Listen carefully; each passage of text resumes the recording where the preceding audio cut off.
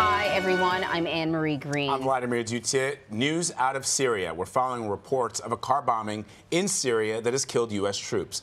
The blast happened in Manbij in northern Syria. According to Turkish news, ISIS is claiming responsibility for the attack. So joining us now from the Pentagon is national security correspondent David Martin.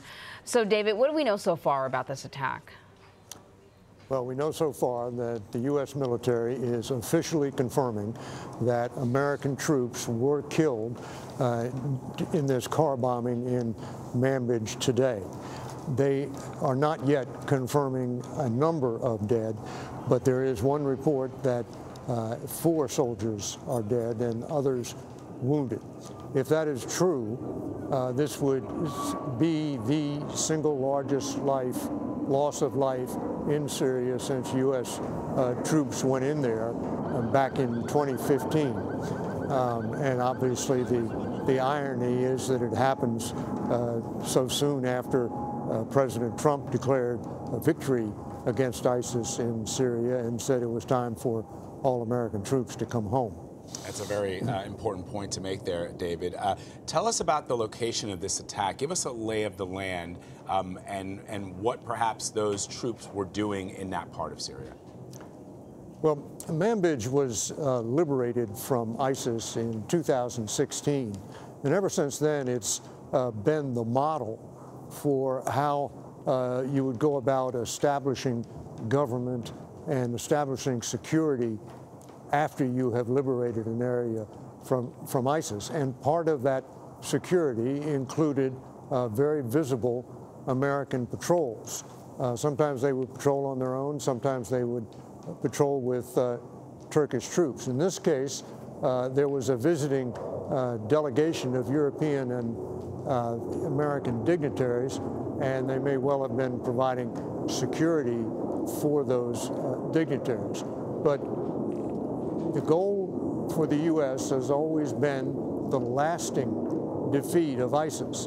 And if ISIS can mount a deadly car bombing in an area that has supposedly been liberated, that would indicate that we are still some ways away from achieving the lasting defeat of ISIS. I think everyone will agree that ISIS has sustained incredible damage, that ISIS has been pushed out of, much of Syria, but clearly not gone. So what is the current state of ISIS in Syria?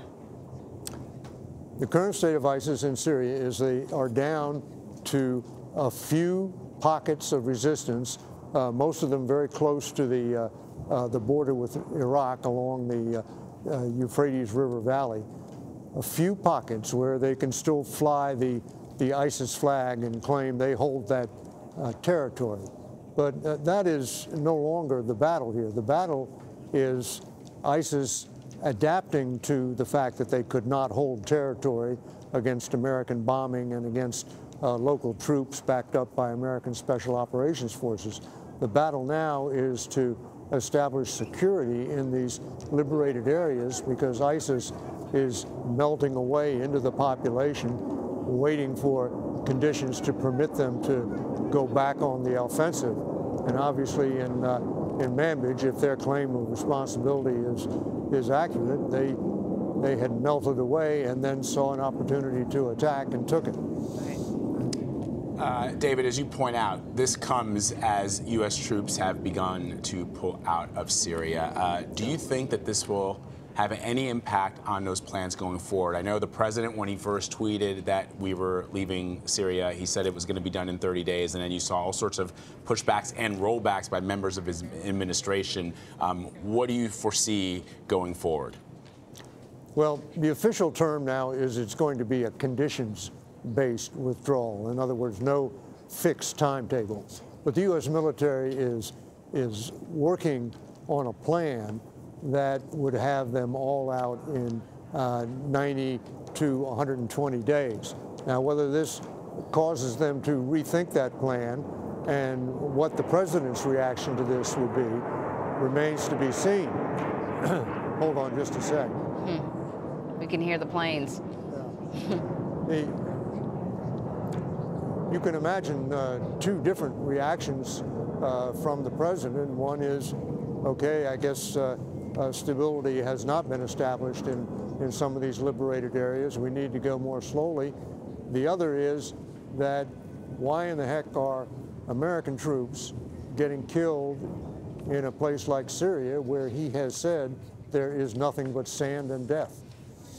It'll be interesting to see how this all plays out, David. And again, I just want to remind our viewers what you said at the top of our discussion here about this attack that's occurred in Syria. You're hearing reports that there may be up to 4 American soldiers, service members, that were killed in this attack. And if that is the case, that would be the highest number or the most significant loss of life in Syria for the United States.